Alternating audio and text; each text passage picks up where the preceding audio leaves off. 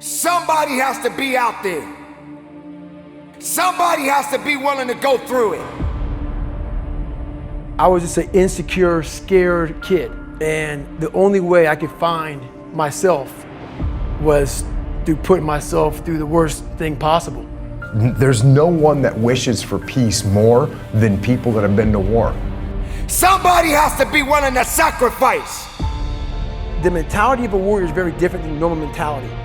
You must be that person on that door, get ready to open it, thinking to yourself, if I die, so be it.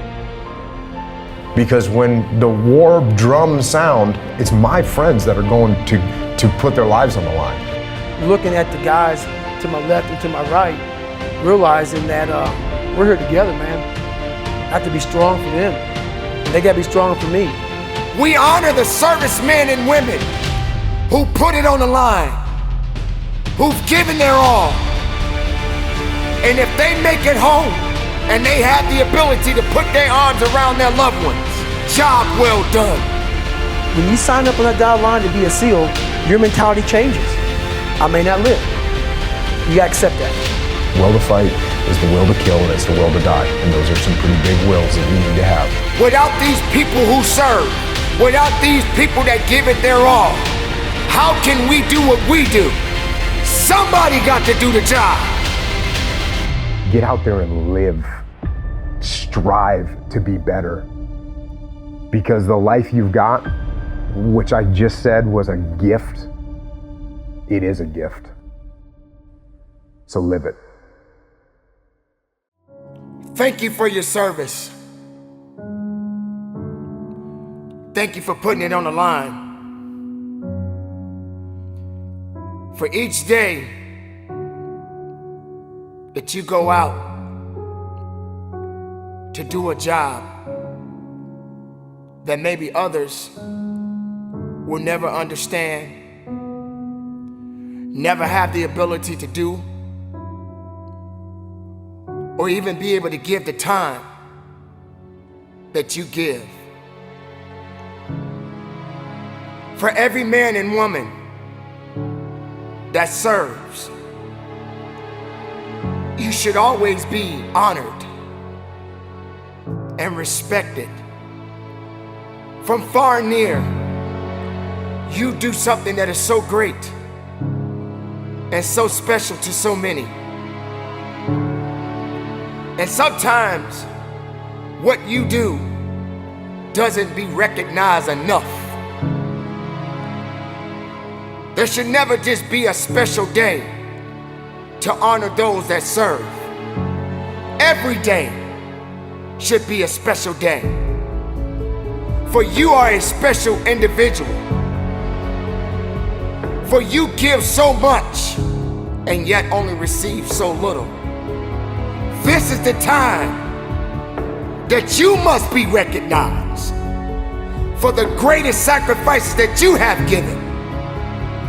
You must be recognized for your losses, for your struggles, for the things that you have to endure that others will never see. Today you will be honored, but not just this day, but every day. For the men and women who serve, for the men and women who give it all, for the men and women that put it on the line, and yet not have the tribute that is deserved to them. Many people in this world will never understand the pain and the sacrifices that you have given. The fight always be in you. But this is the time and the moment right now that you must be recognized, that you must understand that you are appreciated.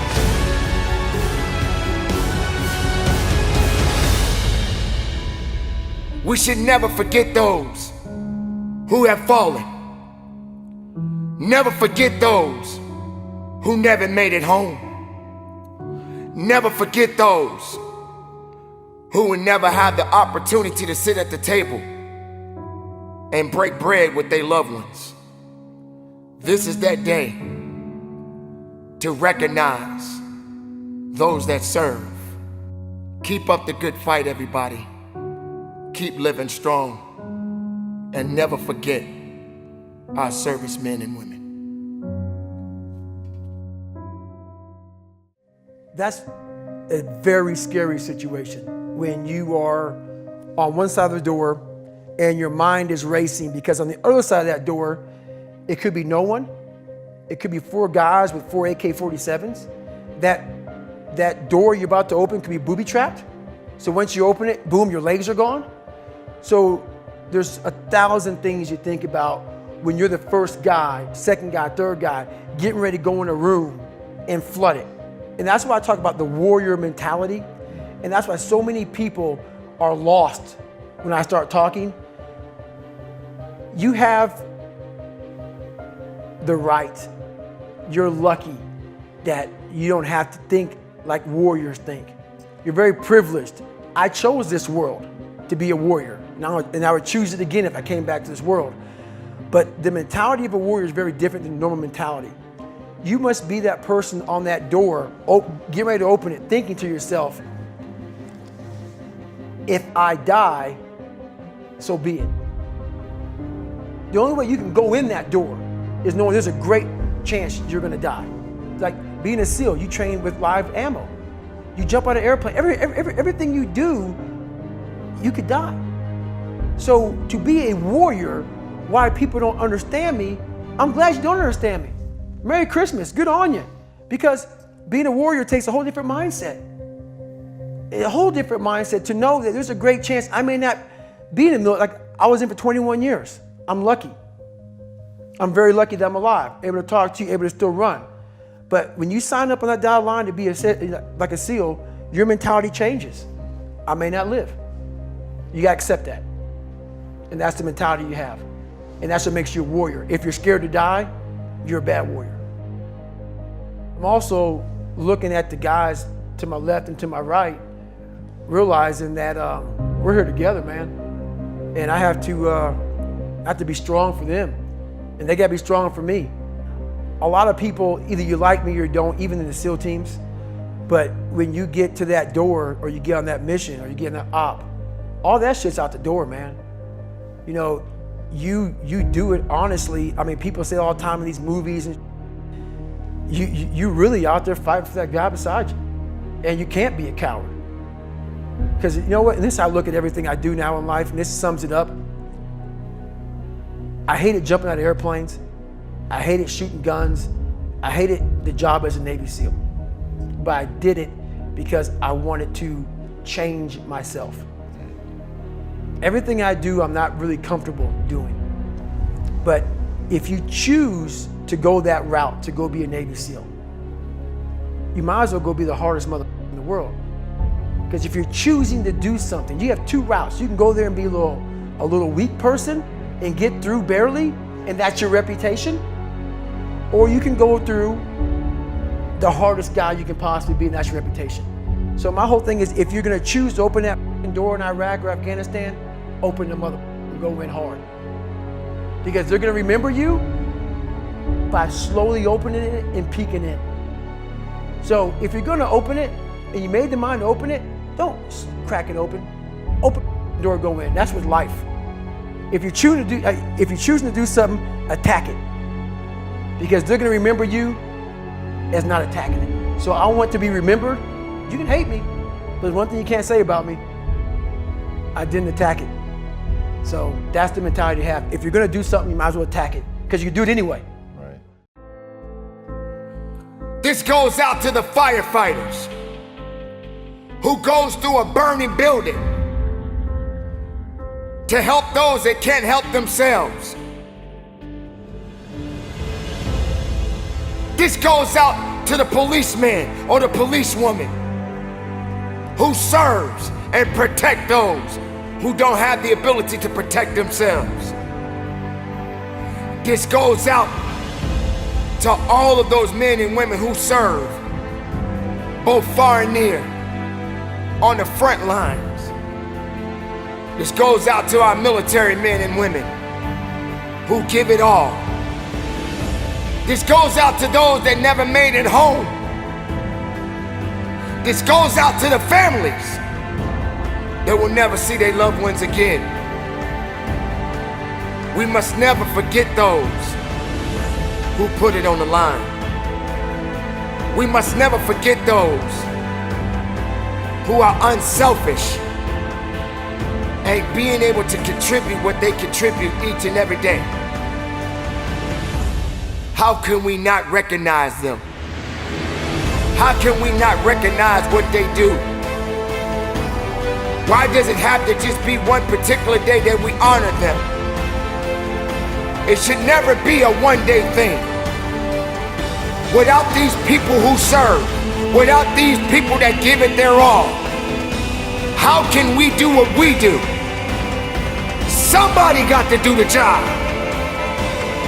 They made it up in their minds.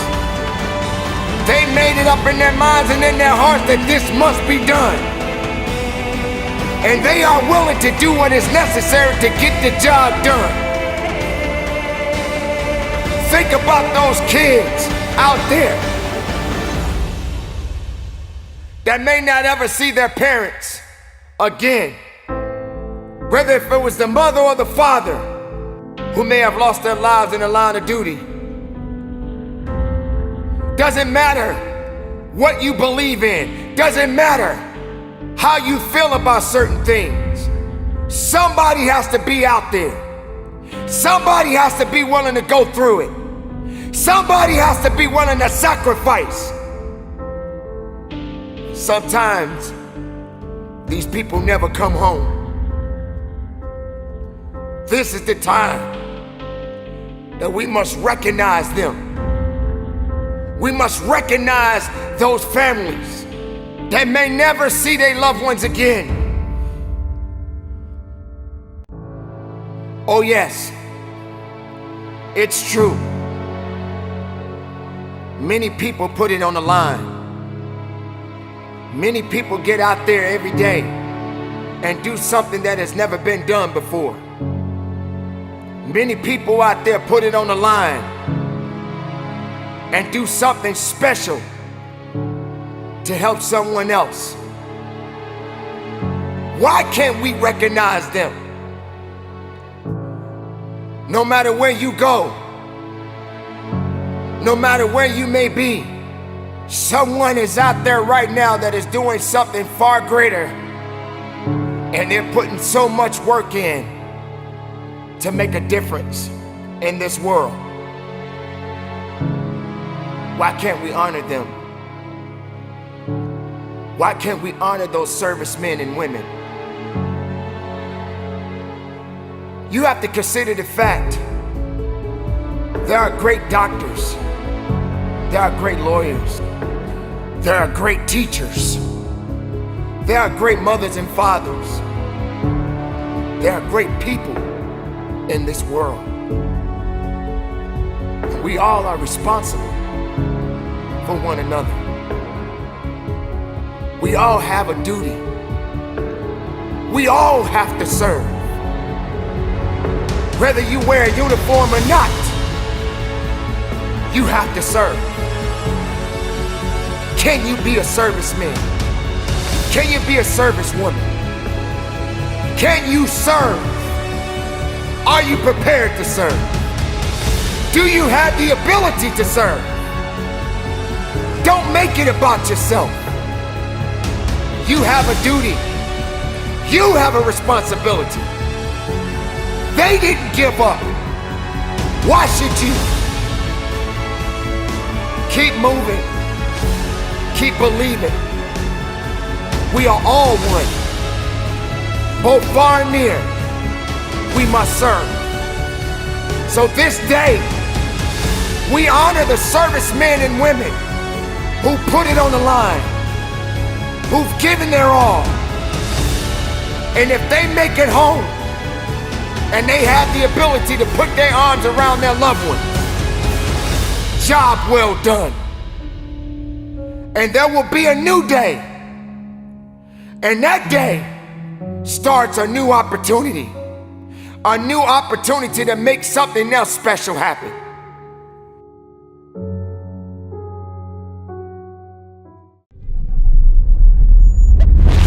You feel like your life is going to last a long time. And if I was to talk to my 26-year-old self, I would tell that kid that you don't have time. And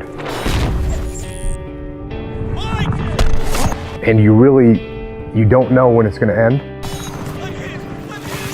And so get out there and do the things you want to do. Get out there and get after them now. Don't wait another second. Take advantage of it. Get out there and live and strive to be better. Because the life you've got, which I just said was a gift, it is a gift. So live it. Yeah, I always wanted to be a commando ever since I was a little kid, and I heard that the SEALs were really tough and that the training was really tough. And then, once you get in, everyone makes a big deal out of buds, but it's in the SEAL teams, it's no big deal. Everyone goes through it. You get cold, you get wet, whatever. You do a bunch of push-ups and pull-ups and dips. Anyone that gets to the SEAL teams and does deployments overseas and has a real career, they're not talking about buds training. It just doesn't mean anything. I had a guy that was, a NCAA water polo team captain champion, and he quit. And I had a guy that was an Olympic alternate gymnast, and he quit. Just because someone's a good physical athlete, it doesn't mean that they're a good SEAL, because being a good SEAL is a lot more than just being a good athlete. Being a good athlete is like the baseline, and it's everything that you learn to do after that. A good leader, a guy that's tactically sound, a guy that makes good decisions, a guy that's good under pressure, a guy that doesn't ever give up on trying to accomplish a mission. Those are the things that make a good SEAL. So you're always learning and growing, and I was always learning until the day I retired. Because it's not a boom, this happened and everything changed. It's a constant addition of skill set and repetition of situations where you become competent at your job. The fear of getting shot or killed is not on your mind when you're in the moment. It'll build up when you're waiting to go out. There's times you're waiting to go out and you're like thinking to yourself, okay, there's a lot of bad things going on out there, and some of them could happen to me. But I think at some point you realize that there's nothing you can do about that. Other than just quit and just resign yourself to a life of cowardice. But if you opt to not do that and you step up and say, okay, I'm ready. And if I die, I die. And once you overcome that, then nothing else to be afraid of. There's no one that wishes for peace more than people that have been to war. Because when the war drums sound, it's my friends that are going to fight. That's who's going to fight. It's my friends that are going to put their lives on the line. So when the war drums sound, the people that have been to war are the ones that actually say, let's think about this first. Because like I said before, and like everyone says all the time, and they say it like it's no big deal, but war is hell. When you take an 18-year-old kid and you're gonna go put him in a situation where he's gonna have to kill people and possibly get wounded or possibly get killed himself, that's a traumatic experience. And so before you do that, you should think about why you're doing it and understand if the people have the will to fight. And the will to fight, as I've said many times before, the will to fight is the will to kill, and it's the will to die. And those are some pretty big wills that you need to have. Almost immediately, we're going to memorial services for Army guys, Marines that are killed, which, you know, was a rude awakening. So that's the welcome to Ramadi. The welcome to Ramadi is, you know, you're gonna go and pay your respects to some guys that were just killed. And there's firefights in the city. So we're just across the river from the city. There's firefights in the city all day. There's firefights in the city all night. We're on the rooftop of our building. You can sit there and watch tracer fire go back and forth. We're shot at from, you know, across the riverbank. There's, yeah, it was legit. It was legit combat. It was a legit bad scenario with sustained combat operations. How do you lead your men through that when you know they're dealing with not only the funerals, which definitely take a psychological toll, but then even that just constant firefighting over there? I mean, do you have to switch up your gear and think, okay, I got to lead stronger or maybe a little easier in certain scenarios? Are you changing a little Yes, bit? you do have to modulate your leadership. And you have to do that if you're in the business world. You have to do that if you're leading any kind of team. You've got to modulate, and you got to recognize when your guys need to be pushed and when your guys need to be not pushed and given a rest. So you're constantly doing that, regardless of what kind of team you're leading. And in combat, like, you know, I say all the time, it's amplified, because if you push your guys too hard in combat, they're gonna break. You know, whereas in business, oh, maybe they make errors on something, or maybe they do snap. I mean, it does happen in the business world where people like can't take it anymore. But in combat, it'll happen very quickly. And so, you know, you're constantly modulating and taking measure of where your guys are at. And, you know, sometimes I didn't do a great job of that. Sometimes I went a little far and said, ooh, wow, I just saw the look on that guy's face. He needs a rest. And I should have recognized that earlier. And, you know, you make mistakes, no doubt. What I had on my side was I had experience, and I had paid attention to my elders when I was a kid. And when I was getting trained and there was no war going on and it was the 90s, and I'd hear a guy, you know, someone whose name you'll never hear, but a guy that if you're in the SEAL teams, you know who that person is because they were a legit badass Vietnam war hero. You'd hear them say something, I would hear them say something, and I would collect that and I would hang on to it. That's what prepared me, was that experience of growing up with listening to my elders. The SEAL team doctrine wasn't written down anywhere. It was all word of mouth and passed down from generation to generation that way. And making sure that you're not being cocky, making sure that you don't have the attitude that you talked about earlier of, you know, we're always going to be better than the enemy. We're always going to win, because you're not always going to win. And especially if you think you're always going to win, then you're not going to prepare that the way you should. You're not going to give everything you can to your training to making sure that you are prepared for that moment when it comes. And it might come once on a deployment, it might not come on a deployment, and it might come on a daily basis. The sentries that are trying to hold down the fort and protect would take cover from all this enemy fire that was coming at them.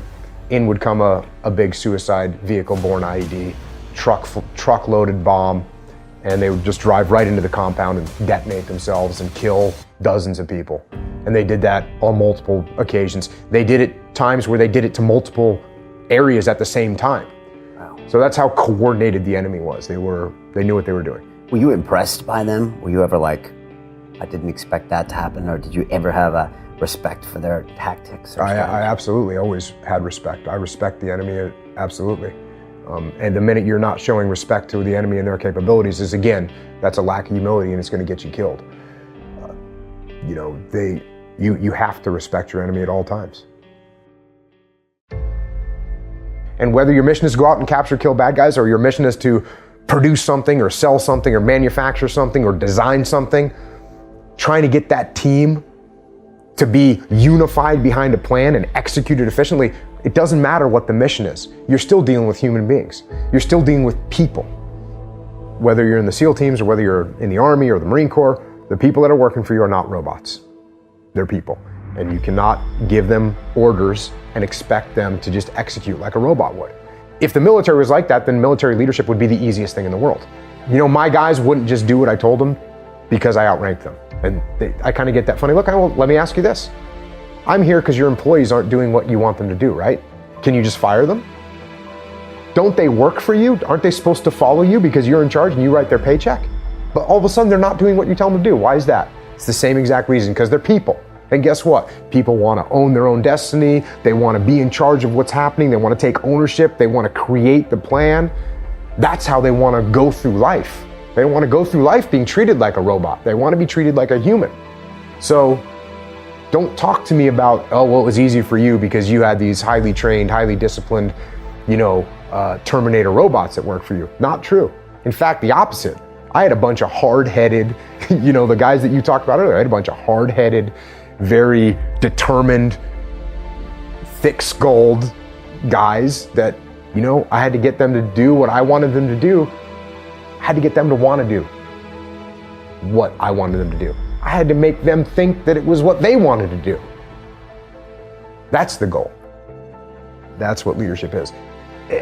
And the worse your plan is thought out, the less response you're going to get. And just like in business world, the less input I get from you as we create this plan, the less apt you are to execute it correctly. So when it comes time, when you have to go execute something, I want you to plan it. I'm not going to plan it for you. I want you to plan it. Now I'm going to come and check out your plan, and we'll collaborate to make sure it's the best plan, because maybe I have more experience than you, or maybe I have some strategic vision that you don't have. But I want you to plan it. That way you own it. And if you own it, when you go to execute it, you're going to put that much more effort into it. That's hard to quantify, but that's real. That is real. If you come up with a plan, you're going to put more effort and more pride in executing that plan than if I come up with a plan and I give it to you and tell you to execute it. That's just a reality. I don't care who you are. That's a reality. Ordering people to do things does not work. You actually have to lead them. And that's another buzzword out there is accountability. You got to be accountable. You got to hold your people accountable. And to me, accountability is a tool. It's a tool of leadership, but it's not the primary tool of leadership. It's actually a crutch. It's actually a tool to use when you don't pull off leadership correctly. So what you want to do, I talk about this all the time. I didn't hold my guys accountable.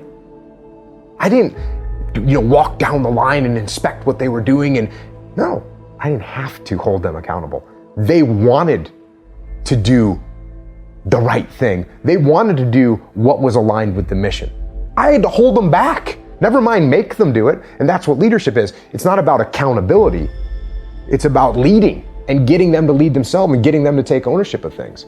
That's when you know you've succeeded as a leader, when you're just about out of a job.